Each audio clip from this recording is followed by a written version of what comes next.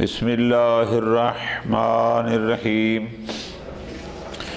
فالأولی فی الجواب منع مغایرت ما واقع لما اجیز و توضیح ہو۔ بہت ساری تعطیلات کے بعد آج پھر درس شروع کر رہے ہیں۔ ہمارا موضوع بحث یہ تھا کہ مال کسی کا ہو اور کوئی اٹھا کر اس کو بیچ دے، اس کو کہتے ہیں بیع فضولی۔ اس کے تھے 3 مسئلے۔ حسن میری بات سن بھائی، اس کو انہوں نے شروع کیا تھا المسألۃ الاولی، المسألۃ الثانیہ، المسألۃ الثالثہ۔ مسئلہ اولا یہ تھا کہ کوئی کسی کے مال کو اٹھا کر بیچ دے ما عدم سب کے نہی المالک، مالک نے اس کو روکا بھی نہیں تھا، اس کا حکم کیا ہے۔ مسئلہ ثانیہ یہ تھا کوئی کسی کا مال اٹھا کر بیچ دے ما سب کے نہی المالک، جبکہ مالک نے اس کو روکا بھی تھا کہ نہیں بیچنا اور پھر بھی بیچ دے، ٹھیک ہے۔ لیکن بیچتا کس کے لیے ہے دونوں مسئلوں میں؟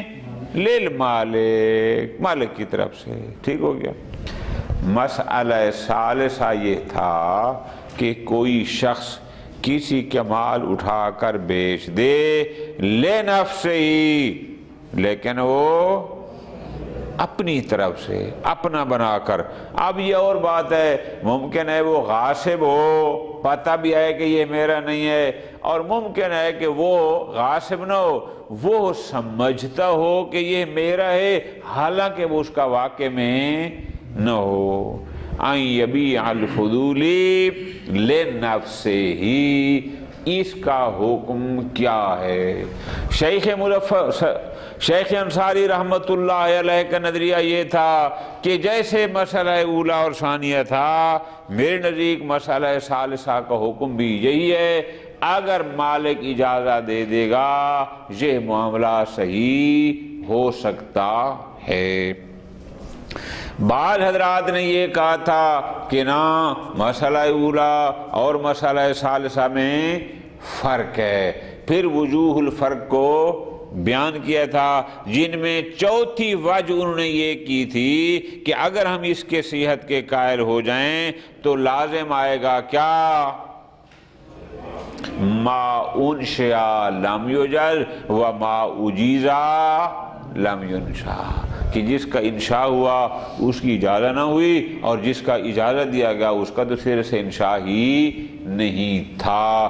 اس کا ایک جواب دیا محقق قمی نے کہ اس کو انشاء کو، رضایت کو تبدیل کر دیں گے جس پر شیخنا راضی نہ ہوئے۔ والاولا، آج اپنی طرف سے اس کا جواب دے رہے ہیں کہ یہ جو آپ نے وجہ الفرق بیان کی ہے کہ اگر ہم مسئلہ ثالثہ میں صحت معاملہ کے قائل ہو جائیں تو لازم آئے گا جس چیز کا انشاء ہوا اس کی اجازت نہ ہوئی، جس کا اجازت ہوا اس کی انشاء نہ ہوئی۔ کیوں؟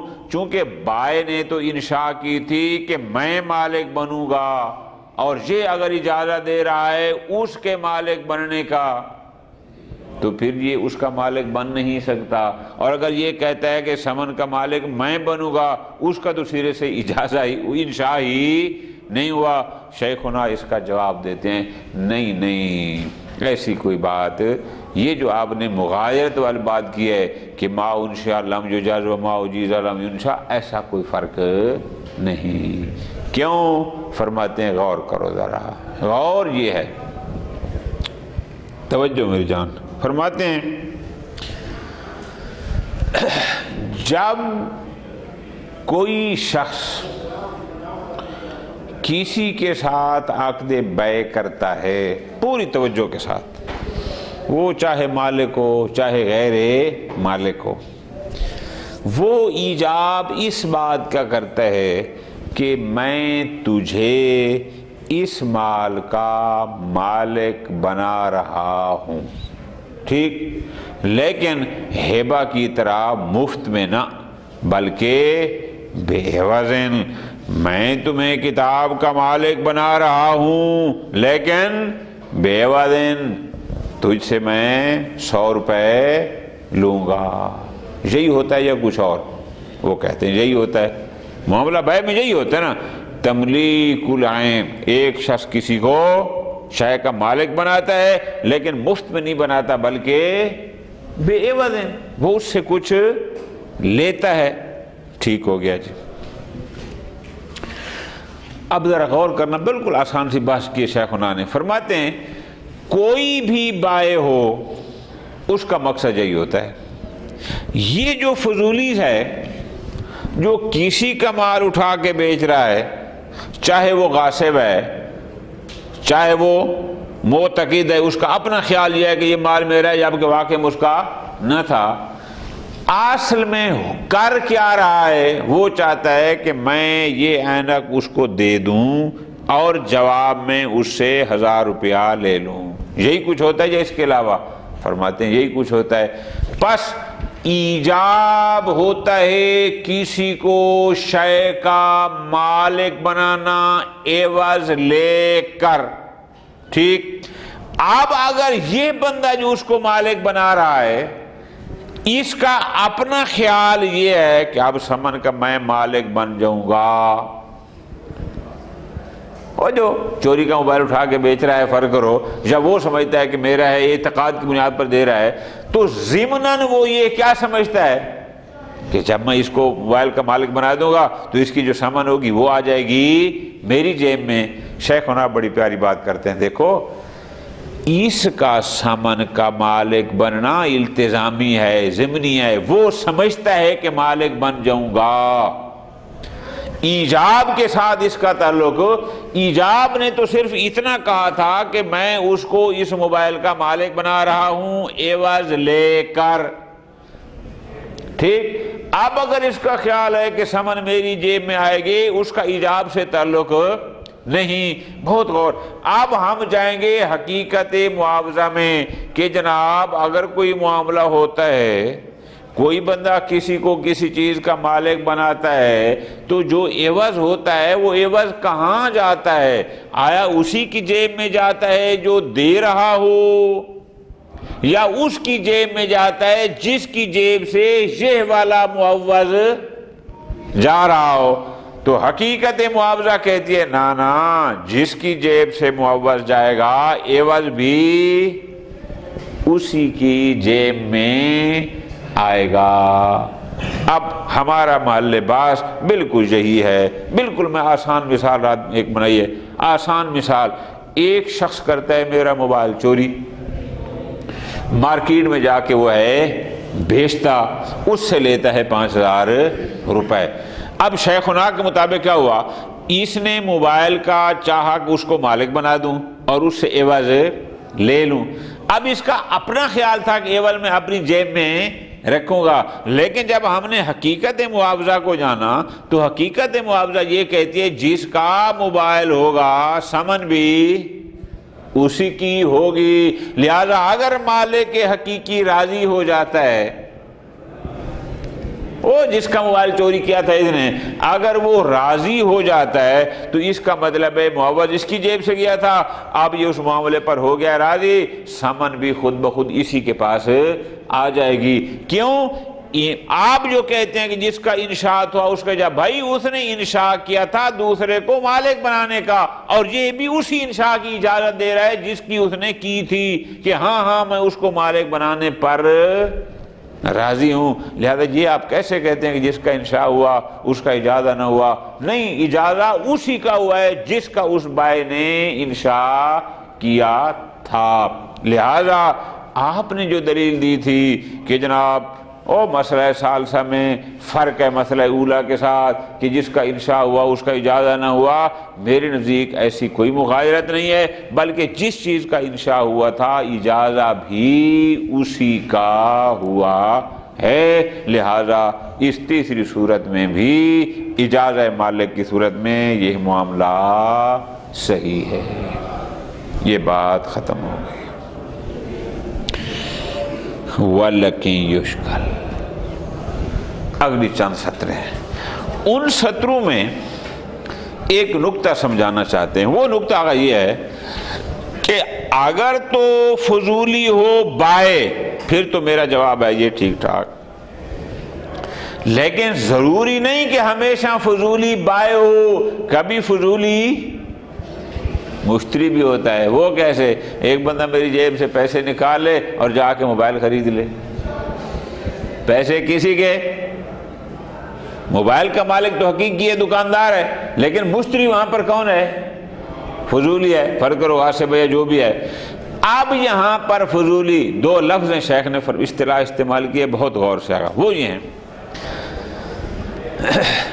اگر تو الفاظ پہ غور آگا، مشتری بائے کو یوں کہتا ہے آپ مجھے یہ موبائل دیں، یا بائے کہتا ہے میں تجھے یہ موبائل دیتا ہوں 5,000 روپے میں، یہ کہتا ہے میں تمہیں اس کے 5,000 دیتا ہوں. سمن کی بات کرتا ہے، 5,000 دیتا ہوں. ایک دفعہ یہ الفاظ استعمال کرتا ہے اور ایک دفعہ کہتا ہے تملک تو میں اس مال کو اپنی ملکیت میں لیتا ہوں 5,000 کے بدلے میں. فرماتے ہیں دو اصطلاحوں میں فرق ہے. اگر تو کہتا ہے کہ میں تمہیں اس کے 5,000 دیتا ہوں، جو 5,000 کا اصل مالک تھا اجازت دے دی تو اب بھی معاملہ ٹھیک ہو سکتا ہے، چونکہ بات تھی 5,000 کی، جو مالک تھا اس نے اجازت دے دی معاملہ ٹھیک ہو گیا. لیکن اگر یہ کہتا ہے میں اس کو اپنی ملکیت میں لیتا ہوں 5,000 کے بدلے میں اس چیز کو تو 5,000 دیتا ہوں. اب یہاں شیخنا اشکال کرتے ہیں، یہ انشاء کر رہا ہے کہ میں اپنی ملکیت میں لیتا ہوں. اب اگر اس سمن کا حقیقی مالک اجازت دے دے، یہاں مغادرت آئے گی کہ انشاء کوئی اور ہوا اور اجازت کوئی اور ہے. وہاں آپ کی بات معاہدہ کہ ما اجیزا لم ینشا و ما انشا لم یجاز، مشتری کی صورت میں. پھر ایسی صورت میں کیا ہوگا؟ پھر ایسی صورت میں مجبوری ہے. پھر ہم مرزا قمی کے اس نظریے کے قائل ہو جائیں کہ اجازت، الفاظ کیا استعمال کیے شیخنا نے کہ اجازت ہاں نقلاً مستأنفاً، کہ ایک عقد او مستقل ہے، یہ کوئی او جس کو ہم نے کہا تھا نا کاشفہ اور ناقلہ، وہ نہیں، بلکہ یہ ایک نئے سرے سے ایک نئی چیز ہے. پھر ہمیں ادھر جانا ہوگا. پس مشتری فضولی کی صورت میں، اور وہ بھی اس صورت میں کہ اگر مشتری لفظ تملک تو کہتا ہے تو پھر مغادرت والی بات آئے گی، لیکن تملک تو نہ کہے پھر بھی نہیں آتی. اور بائے فضولی میں تو سرے سے کوئی مغادرت ہے ہی نہیں. انشاءاللہ اگلی بات پھر چلتی رہے گی آگے. فَالْأَوْلَى فِي الْجَوَابِ، جو چوتھی وجہ الفرق بیان کی تھی کہ مسئلہ اولا اور ثالثہ میں فرق ہے. چوتھے نمبر پہ کیا کہ اگر ہم اس کی صحت کے قائل ہو جائیں تو لازم ہے گا کہ جس کا انشاء ہوا اس کا اجازہ نہ ہوا، جس کا اجازہ ہوا اس کا تو سرے سے انشاء ہی، انشاء اور اجازے کے درمیان مغایرت. شیخنا جواب میں فرماتے ہیں من و مغایرت ما وقع لما اجیز. ہم مسئلہ ثالثہ میں اس مغادرت کو قبول نہیں کرتے کہ جس کا اجازہ دیا گیا ہے اس کا انشاء نہیں ہوا. نہ جس کا انشاء ہوا ہے اجازہ بھی اسی کا ہوا ہے، کوئی فرق نہیں ہے. کیسے؟ فرماتے ہیں وہ یہ ہے، فرماتے ہیں ان البائع الفضولی انما قصد تملیک المسمن للمشتری بے ازائز ثمن. یہ جو فضولی تھا جس نے کسی کا موبائل اٹھایا اور جا کے بیچ دیا، اب اس کا قصد کیا تھا کہ مشتری کو مسمن کا اس موبائل کا مالک بنائے بے ازائز ثمن اور اس سے 5,000 روپے لے لے. اما کون الثمن مالا لہو او لغیرہ، اب 5,000 اس بائے فضولی کی جیب میں جائیں گے، جو حقیقی مالک تھا موبائل کا اس کی جیب میں جائیں گے. فَإِيجَابُ الْبَيْعِ سَاقِطٌ عَنْ، ایجاب بیع اس بات کو نہیں بتا رہا ایجاب اتنا بتاتا ہے کہ یہ موجب اگلے بندے کو اس مال کا مالک بنانا چاہتا ہے. پھر جو ادھر سے سمن آئے گی وہ کس کی جیب میں جائے گی، ایجاب اس بات کو نہیں بتاتا. جب نہیں بتاتا تو پھر کس سے پوچھیں گے کہ وہ سمن کہاں جائے گی؟ جواب میں فرماتے ہیں فَيُرْجَعُ فِيهِ إِلَى مَا يَقْتَضِي مفہوم المعاوضہ.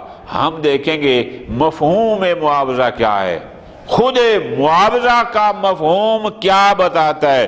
فرماتے ہیں وہ تو یہ بتاتا ہے کہ من دخول العوض فی ملک مالک مفہوم معاوضہ کیا بتایا ہے، جو معوض کا مالک ہوگا عوض کا مالک بھی وہی ہوگا.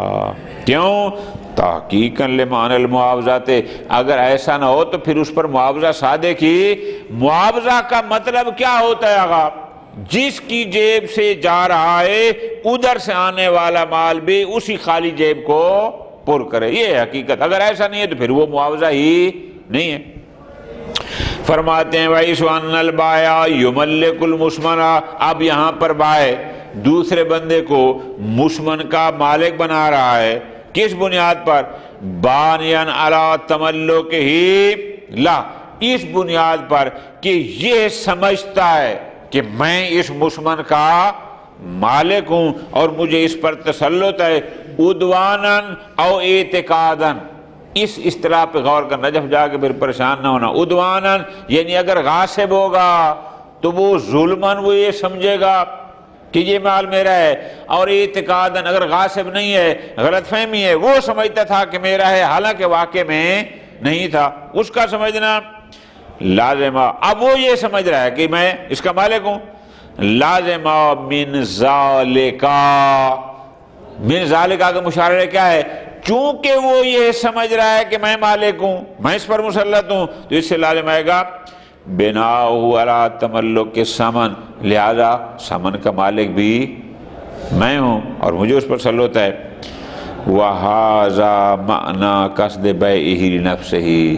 اور البیع لنفسہ کا مطلب ہی یہی ہوتا ہے نا کہ وہ یہ سمجھتا ہے کہ سمن کا مالک میں ہوں گا، اپنے لیے بیچ رہا ہے. فرماتے ہیں وَحِيثُ أَنَّ الْمُسْمَنَ مِلْكٌ لِمَالِكِهِ وَاقِعًا. حالانکہ مسمن اس کی ملکیت نہیں جو دے رہا ہے، بلکہ وہ تو ہے مالک واقعی کی ملکیت، اس کی ملکیت ہے. پس فَإِذَا أَجَازَ الْمُعَاوضَةَ، اگر مالک حقیقی اس معاملہ اور معاوضہ کی اجازت دے دے گا، انتقل عوضہ الیہ، اس کے مسمن کا عوض خود بخود اسی مالک کی جیب میں جائے گا. فَعُلِمَ مِنْ ذَلِكَ، تو اس کا مطلب یہ ہوا کہ ان قصد البیع بائع البیع لنفسہ، کہ اگرچہ بائع نے قصد کیا تھا کہ میں اس کو اپنے لیے بیچ رہا ہوں اور سمن کا مالک میں بنوں گا، اس کا یہ قصد غیر ماخوذ فی مفہوم الایجاب، اس کا مفہوم ایجاب، حقیقت ایجاب سے اس کا کوئی تعلق نہیں، یہ حقیقت ایجاب سے مربوط نہیں ہے. حتی یتردد الامر فی ھذا المقام بین المحظورین المذکورین.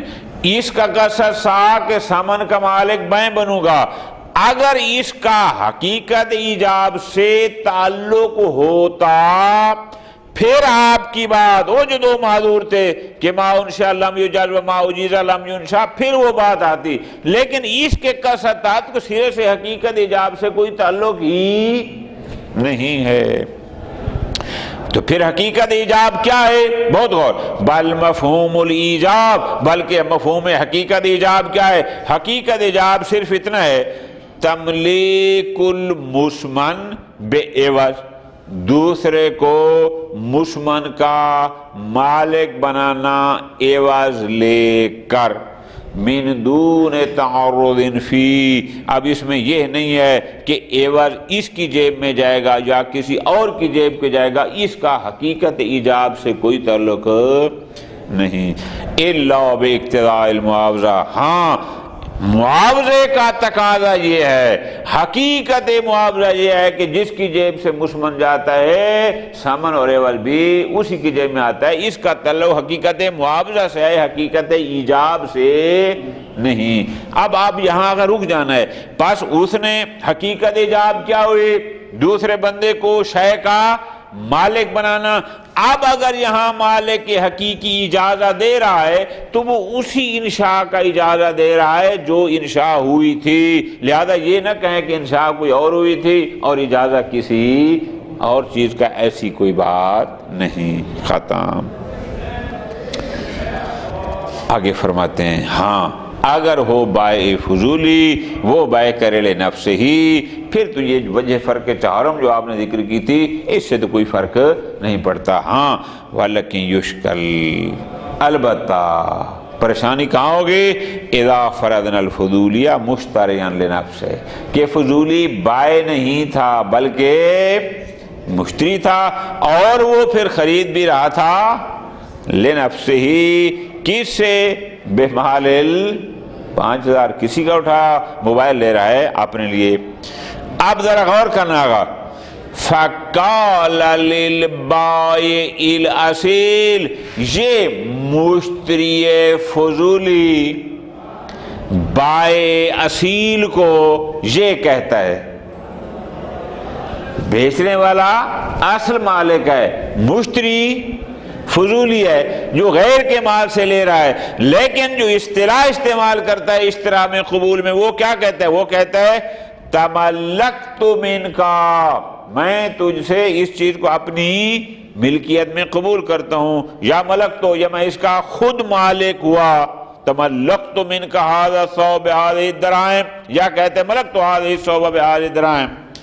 اگر وہ تملکت کا لفظ استعمال کرتا ہے فَإِنَّ مَفْهُومَ هَذَا الْإِنشَاء، اس انشاء اشتراء کا مفہوم کیا ہے؟ یعنی تملک الفضولی للثوب، فضولی کہہ رہا ہے میں اس کپڑے کو اپنی ملکیت میں لیتا ہوں، تو انشاء ہو گیا کہ اپنی ملکیت میں لیتا ہوں۔ فلا مورد لإجازت مالک الدراہم، اب اگر وہ سمن کا مالک، درموں کا مالک اجازت دے بھی دے، اس کے اجازت کا مورد اس بنتا نہیں ہے تاکہ ہم کہیں کہ اس کی اجازت سے یہ ثوب اس کی ملکیت میں چل جائے۔ کیوں؟ چونکہ اس نے جو انشاء کیا تھا وہ کیا تھا کہ میں اپنی ملکیت میں لیتا ہوں، تو انشاء اپنی ملکیت کا ہے، یہ اگر اجازت دے گا تو پھر اس کی ملکیت میں کیسے جائے گا؟ اس کا تو سرے سے انشاء ہی نہیں ہوا۔ بس پھر کیا کریں گے؟ فلا بد من التزام کون الاجازت نقلا، تو اس کا مطلب ہے پھر ہمیں مرزا قمی والے نظریے کا قائل ہونا پڑے گا کہ اجازہ ایک نقل مستانف ہے، غیر ما انشاء الفضول الغاصب، جو انشاء فضولی غاصب نے کی تھی یہ اس کا نہیں ہے بلکہ یہ نئے سرے سے ایک نقل ہے۔ یہاں ہمیں یہ مشکل آئے گی۔ وصلی اللہ علی محمد وعلی محمد۔